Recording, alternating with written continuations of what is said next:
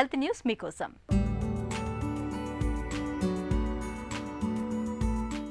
ఒంటరితనం మానసిక స్థితి మాత్రమే కాదు, జీవన్మరణ సమస్య కూడా.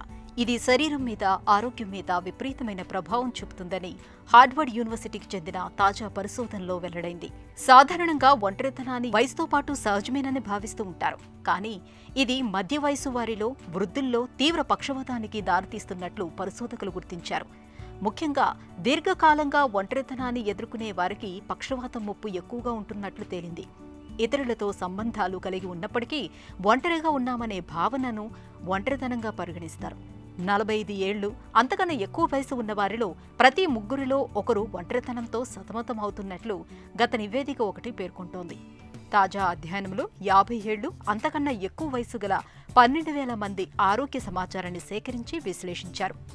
తమకెవరూ తోడు లేరని, ఎవరూ పట్టించుకోవటం లేదని, ఇతరులకు దూరంగా ఉంటున్నామని ఎప్పుడెప్పుడు భావిస్తున్నారో వారిని పరిశోధకులు అడిగి తెలుసుకున్నారు.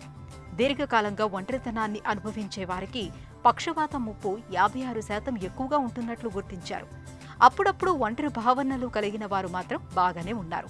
ప్రపంచవ్యాప్తంగా వైకల్యం, మరణాలకు అత్యధికంగా కారణమవుతున్న సమస్యల్లో పక్షవాతం కూడా ఒకటి. ఈ నేపథ్యంలో అధ్యయన ఫలితాలు ప్రాధాన్యం సంతరించుకున్నాయి. ఒంటరితనాన్ని కేవలం మానసిక భావనగా కొట్టిపారేయకుండా అప్రమత్తంగా ఉండటం అవసరమని ఇవి సూచిస్తున్నాయి. నలుగురితో కలివిడిగా ఉండాల్సిన అవసరాన్ని నొక్కి చెబుతున్నాయి.